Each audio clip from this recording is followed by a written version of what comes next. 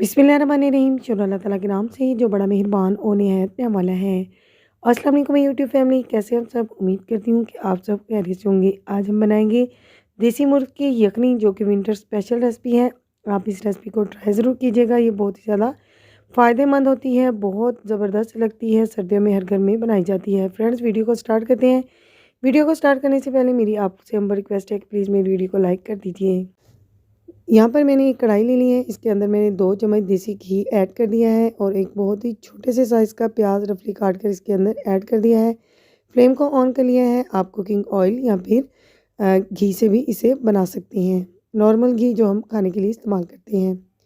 प्याज का कलर इस तरह से जब चेंज हो जाएगा तो 1 इंच का टुकड़ा अदरक बारीक स्लाइस में मैंने काट के डाल दिया है। 5 जवे लहसुन भी इसके अंदर मैंने साबुत ही डाल दिया है। आप पीस कर डालना चाहें तो पीस कर डाल लीजिए, वरना यखनी में साबुत ही जाता है। 1 से 2 मिनट तक हम अदरक और लहसुन को भी फ्राई कर लेंगे। इसके बाद हम इसके अंदर चिकन ऐड करेंगे। 400 ग्राम देसी चिकन मैंने इसके अंदर ऐड कर लिया है। कम या ज़्यादा बना रहे हो तो इस हिसाब से तमाम इंग्रेडिएंट्स की क्वांटिटी को एडजस्ट कर लीजिए। आप इसी तरीके से बीफ या फिर मटन में भी इसी तरह से यखनी बना सकते हैं, सेम मेथड को फॉलो करते हुए। आधा चम्मच मैंने इसके अंदर नमक ऐड कर दिया है, या फिर आप हस्बे ज़ायका नमक ऐड कर लीजिए। बाद में हम इसका जो नमक है वो चेक करने के बाद फिर से ऐड कर लेंगे अगर हमें कम लगे। 1 से 2 मिनट तक मैंने इसे भून लिया है। इसके बाद मैंने 6 से 7 अदद काली मिर्चें, 2 चुटकी काली पिसी हुई मिर्चें ऐड कर दी हैं। आधा चम्मच मैं इसके अंदर हल्दी पाउडर ऐड करूँगी। हल्दी पाउडर जो है वो हमारी सेहत के लिए बहुत ही ज़्यादा मुफीद है, तो यखनी में ये ज़रूर जाता है। 1 मिनट तक हम इन मसालों को फ्राई करेंगे और इसके बाद हम इसके अंदर पानी डालेंगे। हल्दी की बहुत ही प्यारी सी खुशबू जो है वो स्टार्ट हो चुकी है, तो अब हम इसके अंदर पानी ऐड करेंगे। फ्रेंड्स, यहाँ पर मैं इसके अंदर 2 लीटर पानी ऐड करूँगी। कम या ज़्यादा बना रहे हों, अगर आप कम ऐड करना चाहते हो तो आप इसके अंदर 1.5 लीटर पानी ऐड कर लीजिए। पानी डालने के बाद मैं इसके अंदर 1 लौंग और 1 दालचीनी की स्टिक ऐड कर रही हूँ।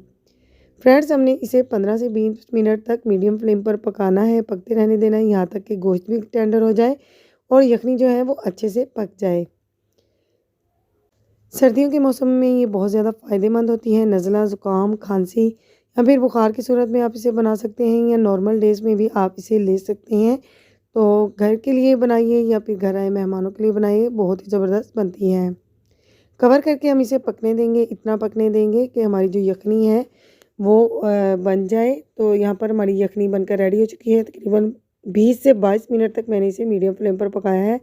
तो कलर वाइज़ आप देख सकते हैं कि लुक वाइज़ ये कितनी खूबसूरत लग रही है। गोश्त भी हड्डियों से अलहदा हो चुका है, तो अब हम इसे डिश आउट करते हैं। सो फ्रेंड्स, मैंने थोड़ी-सी इसके ऊपर काली मिर्चें स्प्रिंकल कर दी हैं। लास्ट में थोड़ा-सा गरम मसाला भी ऐड किया था मैंने।